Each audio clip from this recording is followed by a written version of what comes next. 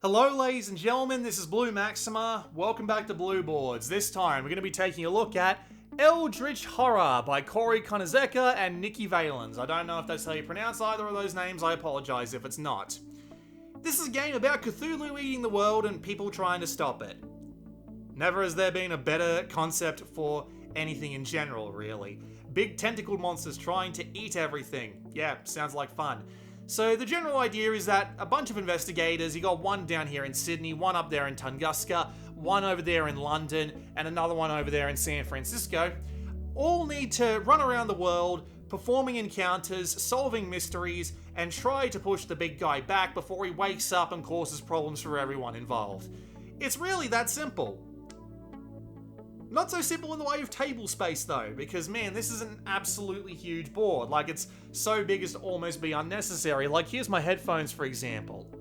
Yeah, this board feels way bigger than it should be, and even then, not even just with the board. Like, if we come and have a look at all the cards that you need to have prepared before this, so as you can see here, 9 decks of cards, a huge amount of tokens. You're going to need some investigator sheets for your investigators as you go. 4 mini decks, a bunch of clues that need to be in their own pile, a bunch of monsters that should technically be in a cup. You're going to need a lot of space to actually play this one out, and I find it to be just a little bit too much for what this game actually is. However, while the game may be simple, they spare no effort in helping you learn how to play it. You've got the Learn How to Play book here, and you've got the rules reference book here. They're both very good. They tell you everything you need to know and leave very little confused. It's a very nice little setup that FFG have got going there, and I wish more people would copy it because it makes things so much simpler. Now, the game's phases themselves aren't actually that hard to learn and figure out, and thankfully you've got a very nice reference as to how everything works on the back of the manual here. But let's go through it. Just give you a quick overview of a round. So, you've got your investigators, and they can do one of a few things. They can move. If they're in a city, I believe, they can get a train ticket or a ship ticket, which they can use on a later move in order to move 2 spaces. They have the ability to rest, which will let them get a bit of health and sanity back, which is always useful in this sort of game. They can use their handshake icon, I can't remember exactly what it's called, in order to get themselves an item, including the ability to get a condition out of it, but we'll worry about that later. They've got the ability to give stuff to other investigators in their space, and they'll have components on them. They'll have actions like cards or whatnot. And then they'll have the encounter phase, where they will draw cards from these decks over here related to where they're standing. So let's just say, for example, she's on Sydney right now, so she could draw a purple card and have a Sydney encounter. If she was out in this water space here, she'd draw one of the black cards and get one of them. However, if there was a clue marker on her space, some of which spawn depending on the Mythos Phase, which comes after this, she'd be able to draw a research card instead. And those research cards are helpful, because when you get clues, you will be able to put them towards solving mysteries, and this is one of the mysteries in question. If you solve 3 of these mysteries, of which they are unique to each ancient one, and there are 4 ancient ones that you can pick at the start, so there's at least a little bit of variety going on there. If you solve 3 of these, that's it, you're done. You've managed to win the game. Except if that Doom tracker up there, up in the top left, manages to go all the way down to 0, and it usually does that via the Mythos Phase. In the case of the ancient one that I've got set up here, it results in you basically losing as soon as he wakes up. But the other 3 often have a 4th, final mystery to solve, which is usually very difficult, including Cthulhu himself taking to the board if you're fighting him. It's doable, but probably not by much. You've also got a bunch of other little things that can go on that come from the Mythos deck and what have you, but that's the general idea. You do your actions, you run into encounters. And usually, if you've got a monster on your space as well, you'll need to fight them off as well via doing a combat test. And I'll explain what tests are and why they make me hate this game in a little bit. Now we go on to the Mythos Phase. The Mythos Phase is arguably the most interesting part of the game, because this Mythos deck here is built up of different kinds of cards, and they can all do different things. So for example here, we've got an example of 3 symbols, so I'll give you an idea of what these do. This causes the little counter up there to go around clockwise one space, and then everything with that symbol that it's on that gate will cause the doom track to count down. The next one spawns monsters, and then the next one spawns a clue. You've got to play a reference card up there that tells you how many of each. But then cards can do completely different things. Like this one here will do the spinny thing up there as normal, but then it'll activate all of these red effects on the board, which will be things like deck conditions, monster abilities, and cultist abilities, and what have you. And that can end up causing problems. And then you've got gates, which aren't too bad by themselves, but when you go back and do the revolving omen tracker, if there are gates with that symbol on them, it'll cause the doom track to retreat. So you'll end up with a bunch of gates, a bunch of opportunities for the doom tracker to go down, and oh god, the god is going to come through and eat us all. So you need to be constantly on your toes, because this can constantly change the way things go about. And there are some really bad cards in this kind of deck as well. I haven't actually shuffled this very well. Like this one here that constantly gives you more damage the longer that this goes on. Or this one here, which will cause items to start to fade out of the item deck. Or there are some really painful ones that I will talk about in a little bit when I talk about why I don't really like this game. But let's give it a little bit more praise first. The stories that you get off of these cards up here are all quite appropriate. So let's have a look at the Sydney one, for example. We know that this will apparently improve strength. Except this one doesn't. Due to a citywide shortage of supplies, shopkeepers won't even show you their wares unless you prove you can pay top dollar. If you pass, gain one random weapon asset from the deck. If you fail, you are roped into a devious scheme, gain a deck condition. And it's got all of these little stories, and as you're going through the game and hearing all of these stories, it's building up this image of the world that's just in constant peril because this god is coming along and nobody really knows why, at least in most circumstances. So they're all trying to fight it off, and you're constantly running into con men and criminals and doing a few criminal things yourself just in order to scrape by. And it does give you a good idea of that atmosphere. But my favorite example of this in the entire game is by far the debts and the spells. So let's have a look at the spells first. These are both relatively similar to each other. So you've got these spells, but you're not actually allowed to look at the flip side until you actually use the spell itself, at which point it determines a benefit or just a pain in the ass you have to deal with based on how well you rolled on that spell. So if you fail to do the spell, you'll end up hurting yourself more than you'll end up hurting the enemy, which is an interesting idea in and of itself, at least in my point of view. And then you've got conditions, which can be given to you via monsters, via story events, via failing to do certain things. And I really like these because you've got, these can actually have multiple different effects on the back. Like, for example, this debt here. You flip it over, and I'll sum up the text for you because it's going to be hard to read it because I tremble like a bastard. But yeah, as you might be able to see, the police are after you, and if you manage to hide from them, you avoid the debt. Otherwise, you're going to have to lose an ally or get something else done. But it gets really interesting when you start talking about things like dark packs, which can usually be gained in exchange for like an artifact or something like that. And when you flip them over, they have some really bad effects on the side. You knew that ever since your name was signed in that book, signed in your own blood, this day would come eventually.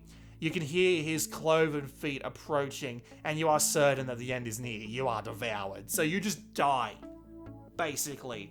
And it's such a cool idea because, look, I'll give you a little bit of proof. Hang on. I'll actually show these on screen so that you can be like, oh, there are multiple different effects on them. Like, here's another Dark Pact. Pact with Yog Sothoth. Spawn one gate for each spell you have, then advance the omen by one. And then there's another Dark Pact here. One of the 1,000. Another investigator of your choice is devoured. So I really like this concept, where you don't know what the bloody hell this problem is going to cause until you end up flipping it over. It's such a clever little idea, and I wish more games took advantage of it. But unfortunately, that's kind of where my praise for the game ends, because there is a lot about this game that I don't like, and I can just show you in one simple flick of the wrist. It's got dice rolling! So let me show you what I've got here in the way of a investigator. And as you can see down here, they've all got stats. And whenever you're asked to roll one of these 5 icons on a test, you roll that amount of dice. And so when you roll that amount of dice, 5s and 6s are considered successes, and everything else is a failure. No questions asked. If you've been picking up clues that you aren't able to actually get on the investigation or what have you, you can use them in order to re-roll dice, but you'll never actually want to use them for that, mainly because you'll end up in a position where you'll need to put them on something and you won't have them available because you spent all your time re-rolling them. And there are very few ways to actively re-roll your dice in this game. There is an expansion that will let you spend an action while doing nothing to gain a focus token, which is basically a free re-roll. But that's not in this copy of the game, so I can't actively say that I'm using that rule, although I actually did. I used some tokens from the game as a sort of reference to focus, and I still thought it was a little bit too hard to deal with. Now, it is pretty hard. Even when you've got like 5 tests, you only need to roll 5 stat, you only need to roll 1 success, right? But that's still pretty difficult, especially when you don't know what you're going to be tested on most of the time. Now, admittedly, this isn't as big of a problem as you might think. I mean, you do have 5 different stats, right? So let's just pull out Charlie Kane again. He's got 2 law, 4 influence, 3 observation, 2 strength, and will. And some of these are pretty obvious. Like, law is what you roll when you cast most spells.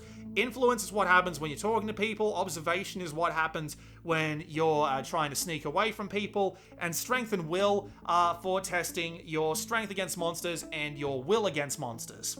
But the thing about rolling skill checks is that the majority of the time, you have no idea what you're going to wander into, because you're going to have to draw it from one of these decks. And these decks are completely random as to what events you're going to get. There's no way to foresee it, there's no way to push it towards something that might be more useful to you. Hell, even in the cities, when you get the city-specific encounters, sometimes you don't even do an encounter based around the thing in question that you're going there for in the first place, so it feels like you've gone and wasted a turn. And then for the turns that you draw something that you're not good at, you end up just rolling and rolling and rolling and just failing the roll every single time, failing to pick up new items, failing to pick up new artifacts, failing to get stat increases, and it is incredibly frustrating when it happens. Not to mention, it kind of makes the entirety of the character story arcs fall apart, because you've got characters here that you'd never expect would end up like robbing a shop of their items, but then you pick up one of the generic encounters and it's like, oh, you got spotted robbing a store,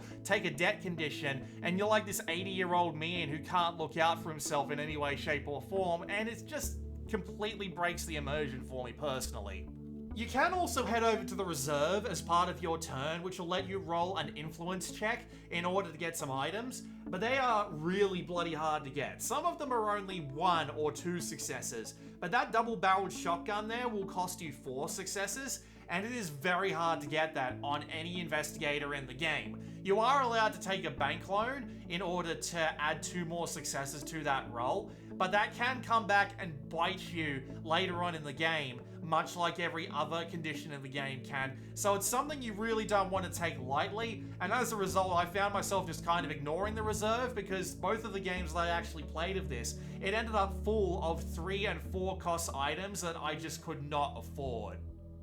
So there's this whole layer of randomness over randomness that's being layered on top of this that turns this less into a game about strategy and putting people in the right spot and hoping that they can get things done, into, I'm probably going to get screwed no matter what I do, I'm kind of along for the ride here. And I kind of had the same problem with a lot of other games of this kind, and honestly, there are a couple of ways it can get worse. You need to draw random monsters, and these monsters can have some absolutely bonkers stats, and I think I can see one in the stack from here. You might have to worry about fighting a monster that reduces your strength by 2. And there are a couple of other monsters that cause problems along these lines as well. And hell, even the Mythos deck gets into it a bit much for my taste. There's this, here's another problem that I have with the game, although it does kind of come down to the randomness as well. And that's that unless you've got at least 4 investigators on the board, probably more, you're probably going to have a really bad time.